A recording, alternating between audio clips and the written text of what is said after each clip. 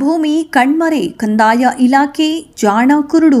ಬಂಗಾರಪೇಟೆ ಪಟ್ಟಣದ ತಾಲೂಕು ಆಡಳಿತ ಕಚೇರಿಯ ಮುಂಭಾಗದಲ್ಲಿ ಆರ್ಎಫ್ಎಫ್ ಹಾಗೂ ಜೀವಿಕ ಗ್ರಾಮೀಣಾಭಿವೃದ್ಧಿ ಸಂಸ್ಥೆ ಸಹಯೋಗದಲ್ಲಿ ಹಮ್ಮಿಕೊಂಡಿದ್ದ ಸಾಂಕೇತಿಕ ಪ್ರತಿಭಟನಾ ಧರಣಿಯ ನೇತೃತ್ವ ವಹಿಸಿ ಮಾತನಾಡಿದ ಅವರು, ತಾಲೂಕಿನ ದೊಡ್ಡಪನ್ನಾಂಡಹಳ್ಳಿ ಗ್ರಾಮದ ಸರ್ವೆ ನಂಬರ್ 36ರಲ್ಲಿನ 1991ರಲ್ಲಿ ಬಡವರಿಗೆ ಆಶ್ರಯ ನೀಡುವ ಉದ್ದೇಶದಿಂದ ಸರ್ಕಾರ 58 ನಿವೇಶನಗಳನ್ನು ಮಂಜೂರು ಮಾಡಿ ಹಕ್ಕು ಪತ್ರಗಳನ್ನು ನೀಡಿರುತ್ತದೆ. ಆದರೆ ಕಂದಾಯ ಇಲಾಖೆಯ ಅಧಿಕಾರಿಗಳು ಮಾತ್ರ 30 ದಶಕಗಳು ಕಳೆದರೂ ಇದುವರೆಗೂ ಜಮೀನನ್ನು ಗುರುತಿಸಿಕೊಡಲಿಲ್ಲ.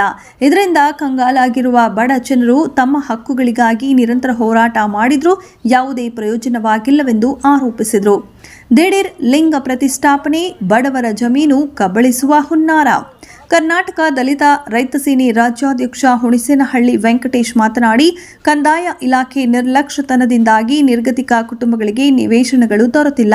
ಸರ್ವೆ ನಂಬರ್ 36ರಲ್ಲಿ 234 ಎಕರೆ ಜಮೀನಿದ್ದು 1 ಎಕರೆ ಜಮೀನನ್ನು ನಿರ್ಗತಿಕರಿಗೆ ಆಶ್ರಯ ಯೋಜನೆ ಅಡಿಯಲ್ಲಿನ ನಿವೇಶನ ಮಂಜೂರು ಮಾಡಲಾಗಿತ್ತು. ಬಡಾವಣೆಯ ನೀಲಿ ನಕ್ಷೆಯೂ ಸಹ ಸಿದ್ಧವಾಗಿರುತ್ತೆ. ಆದರೆ ಇದುವರೆಗೂ ಕಂದಾಯ ಇಲಾಖೆ ಸ್ಥಳವನ್ನು ಗುರುತಿಸಿಕೊಟ್ಟಿರುವುದಿಲ್ಲ.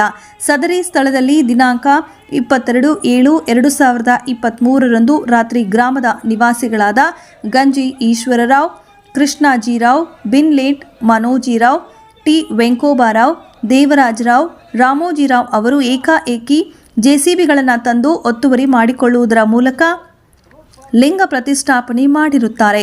ಹಾಗೂ ಸದರಿ ಸ್ಥಳವು ದೇವಸ್ಥಾನಕ್ಕೆ ಸೇರಿರುವ ಜಾಗ ಅಂತ ಉದ್ದಟತನ ತೋರಿ ಜಾತಿಗಳ ನಡುವೆ ವೈಮಶ್ಯ ಮತ್ತು ಗಲಭೆಗೆ ಯತ್ನಿಸಿದ್ದಾರೆ.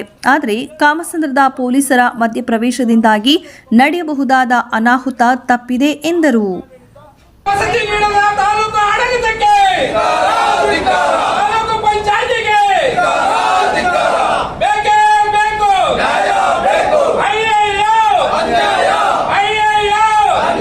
ಇದೀನ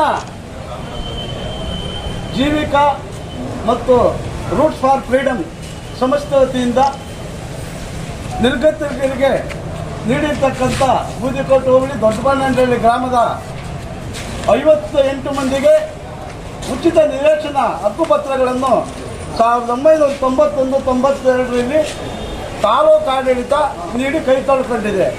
ಅದರ ಬೆನ್ನಿಂದಲೇ ಆಶ್ರಯ ಯೋಜನೆಯಡಿ 55 ಮಂದಿಗೆ ಮತ್ತೆ ಹಕ್ಕುಪತ್ರ ನೀಡಿ ಸರ್ಕಾರದಿಂದ ಜಮೀನು ಮಂಜೂರು ಮಾಡಿ ಕೈ ತೊಳ್ಕೊಂಡವ್ರೆ. ಆ ಜಮೀನು ಎಲ್ಲಿದೆ ಅಂತ ಅವ್ರಿಗೆ ಗೊತ್ತಿಲ್ಲ. ಅಲ್ಲಿ ಸುಮಾರು 400 ಎಕರೆ ಜಮೀನಿನಲ್ಲಿ ರೂಟ್ ಪ್ಲಾನ್ ಮಾಡಿದೆ ಮತ್ತು ಸೈಟ್ಗಳನ್ನು ವಿಂಗಡಣೆ ಮಾಡಿ ತಾಲೂಕ್ ಪಂಚಾಯತಿಗೆ ಹಸ್ತಾಂತರ ಮಾಡಿ ಇವರ ಒಂದು ಜವಾಬ್ದಾರಿಯಿಂದ ಕಳ್ಕೊಂಡು ಅಲ್ಲಿ ಊರಲ್ಲಿ ಗೊಂದಲಕ್ಕೆ ಕಾರಣ ಮಾಡಿ ತಾಲೂಕು ಆಡಳಿತ ಕೊಟ್ಟಿದೆ. ಹೀಗೆ ಕೆಲವು ಫಲಾನುಭವಿಗಳು ಮನೆಗಳಿಲ್ಲದೆ ಆ ಹಕ್ಕುಪತ್ರ ತಗೊಂಡೋಗಿ ಅಲ್ಲಿ ಕೊಟ್ಟಿರ್ತಕ್ಕಂಥ ಆ ಜಾಗದಲ್ಲಿ ಗುಡಿಸಲಾಕೊಳ್ಳಕ್ಕೆ ಹೋದಾಗ ಯಾರೋ ಒಬ್ಬ ಬೆಂಗಳೂರಿಂದ ಕೃಷ್ಣೋಜ ಅಂತ ಒಂದು ಹುಡುಗ ಬಂದಾಗ ಸೈಬರ್ ಇಟ್ಕೊಂಡು ಅಲ್ಲಿ ಜಾತಿ ಕಲಹವನ್ನು ಉಂಟು ಮಾಡ್ತಾನೆ. ಇಲ್ಲಿ ದಲಿತರು ಇರಬಾರ್ದು ಅಂತ ಅವ್ರಿಗೆ ಬೆದರಿಕೆ ಹಾಕಿ ಪ್ರಾಣ ಬೆದರಿಕೆ ಹಾಕಿರ್ತಾರೆ. ಸರಿ, ಆ ವಿಚಾರದ ಬಗ್ಗೆ ಮಾನ್ಯ ಪೊಲೀಸ್ ಅಧೀಕ್ಷಕರ ಪರಿಶಿಷ್ಟ ಪಂಗಡ ಕುಂದುಕೊರತೆಗಳ ಸಭೆಯಲ್ಲಿ ಚರ್ಚೆಯಾಗಿ ಕಾಮಸಮುದ್ರ ಪೊಲೀಸ್ ಠಾಣೆಯ ಅಧಿಕಾರಿಗಳು ಸುಮಾರು 15 ದಿವಸಗಳ ಕಾಲ ರಾತ್ರಿ ಆಗಲು ಅಲ್ಲಿ ಪೊಲೀಸರು ಕಾವಲನ್ನು ಹಾಕ್ತಾರೆ. ಅಲ್ಲಿ ಆ ಹುಡುಗ ಒಂದು ಶಿಲೆಗಳನ್ನು ಅಲ್ಲಿ ಉದ್ಘಾಟನೆ ಮಾಡಿ ರಾತ್ರಿ ಮಾಡ್ತಾರೆ. ಅದನ್ನು ತೆರವುಗೊಳಿಸ್ತಾರೆ. ಮಾನ್ಯ ಪೊಲೀಸ್ ಅಧೀಕ್ಷಕರ ಆದೇಶದ ಮೇರೆಗೆ ಕಾಮಸಮುದ್ರ ಪೊಲೀಸ್ ಠಾಣಾ ಅಧಿಕಾರಿಗಳು ಆ ಒಂದು ಶಿಲೆಯನ್ನು ತೆರವುಗೊಳಿಸಿ ಅಲ್ಲಿ ಸಾಮಾನ್ಯರಂತೆ ಒಂದು ನ್ಯಾಯ ದೊರಕಿಸಿಕೊಟ್ಟಿರ್ತಾರೆ. ತಹಸೀಲ್ದಾರ್ರವರ ನೇತೃತ್ವದಲ್ಲಿ ಒಂದು ಸಮಿತಿ ಒಂದು ಕುಟುಂಬಗಳಿಗೆ ಒಂದು 58 ಕುಟುಂಬಗಳಿಗೆ ಹಕ್ಕುಪತ್ರವನ್ನು ಕೊಡ್ತಾರೆ. ನೋಡಿ, ಇದೆ ಹಕ್ಕುಪತ್ರಗಳು ಕೊಡ್ತಾರೆ. ನಿರ್ಗತಿಕರಿಗೆ ಹಕ್ಕುಪತ್ರ ಅಂತ ಹೇಳ್ಬಿಟ್ಟು ಕೊಡ್ತಾರೆ. ಈ ಹಕ್ಕುಪತ್ರ ಕೊಟ್ಟಾಗ ಜಾಗ ಎಲ್ಲಿದೆ ಅಂತ ತೋರಿಸ್ಕೊಳ್ಳುವಂಥದ್ದು ನಿಮಗೆ ಜವಾಬ್ದಾರಿ ಇತ್ತು. ಆದರೆ ಅವರು ಹಸಿದವರಿಗೆ ಏನೋ ಅಲ್ಸದು ಅನ್ನ ಕೊಟ್ಟರು ಕೂಡ ಅಮೃತ ಅಂದಂಗೆ ಬಿಡಪ್ಪ ಹಕ್ಕುಪತ್ರ ಕೊಟ್ಟವರೇ ನಾವೆಲ್ಲ ಒಂದು ಕಡೆ ಮನೆ ಕಟ್ಕೊಳ್ಳೋಣ ಅನ್ನೋ ಉದ್ದೇಶದಿಂದ ಅವ್ರು ಹೋದರು. ಅವ್ರು ಹೋದ ಮೇಲೆ ಈಗೇನಾಗ್ತದೆ, 1992ರಿಂದ ಇದುವರೆಗೂ ಅವ್ರಿಗೆ ಎಲ್ಲಿ ಜಾಗ ಅಂತ ಗುರ್ಸ್ಕೊಟ್ಟಿಲ್ಲ. ಗುರ್ಸ್ಕೊಡ್ತೇ ಇರುವಂಥ ಸಂದರ್ಭದಲ್ಲಿ ಯಾರೋ ಒಬ್ಬ ಪ್ರಭಾವಿ ವ್ಯಕ್ತಿ ಅಂದರೆ ಒಬ್ಬ ಹುಡುಗ ಅವನೇನು ಮಾಡ್ತಾನೆ, ಆ ಜಾಗದಲ್ಲಿ ಹೋಗ್ಬಿಟ್ಟು JCB ಬಿಟ್ಟು ಕ್ಲೀನ್ ಮಾಡಿ ಶಿವಲಿಂಗವನ್ನು ಇಡ್ತಾನೆ. ಅಲ್ಲಿ ಶಿವಲಿಂಗವನ್ನು ಇಟ್ಟು ಅಲ್ಲಿ ಒಂದು ಕೋಮುಗಲಭೆಯನ್ನು ಸೃಷ್ಟಿ ಮಾಡ್ತಾನೆ. ಆ ಕೋಮುಗಲಭೆ ಸೃಷ್ಟಿ ಮಾಡಿದಾಗ ಅನಾಹುತವನ್ನು ತಪ್ಪಕ್ಕೆ ಅಲ್ಲಿನ ಸ್ಥಳೀಯವಾಗಿರ್ತಕ್ಕಂಥ ಪೊಲೀಸ್ ಇಲಾಖೆ ಮುಂದಾಗಿ ಆ ಒಂದು ಅನಾಹುತವನ್ನು ತಪ್ಪಿಸ್ತಾರೆ. ನಾವು ಕೇಳೋದೊಂದು, ಈ ಗೋಮಾಲಾ ಜಮೀನನ್ನು ರಕ್ಷಣೆ ಮಾಡೋಂಥ ಅಧಿಕಾರ ಇರೋದು ತಾಲೂಕು ಆಡಳಿತ, ಕಂದಾಯ ಇಲಾಖೆ. ಅಲ್ಲಿ ಸಂಬಂಧಪಟ್ಟ VA ಮತ್ತು RIಗಳು ಏನು ಮಾಡ್ತಾ ಇದ್ದಾರೆ? ಈಗ ಇಷ್ಟೋ ಜನಕ್ಕೆ ನೀವು ಹಕ್ಕುಪತ್ರ ಕೊಟ್ಟಿರೋದು ಸುಳ್ಳ. ನೀವೇ ಕೊಟ್ಟಿರೋದು, ನಿಮ್ಮದೇ ನೋಟಿಫಿಕೇಷನ್ನು, ನೀವೇ ಎಲ್ಲ ದಾಖಲೆಗಳು ಕೊಟ್ಟಿರೋದು, ಇದು ನಿಜಾನ ಸುಳ್ಳ? ಇವತ್ತು ಇವ್ರೇನಾದ್ರು ಅಲ್ಲಿ ಆ ಸ್ಥಳಕ್ಕೆ ಹೋಗಿ ಅಲ್ಲೇನಾದ್ರು ಗುಡಿಸಲಾಕ ಹೋದಾಗ, ಇಲ್ಲ ಅಲ್ಲೇನಾದ್ರು ಮನೆ ಕಟ್ಟಕ್ಕೆ ಹೋದಾಗ ಅಲ್ಲಿ ಪ್ರಭಾವಿಗಳು ಇವ್ರ ಮೇಲೆ ಜಗಳಕ್ಕೆ ಬರ್ತದೆ.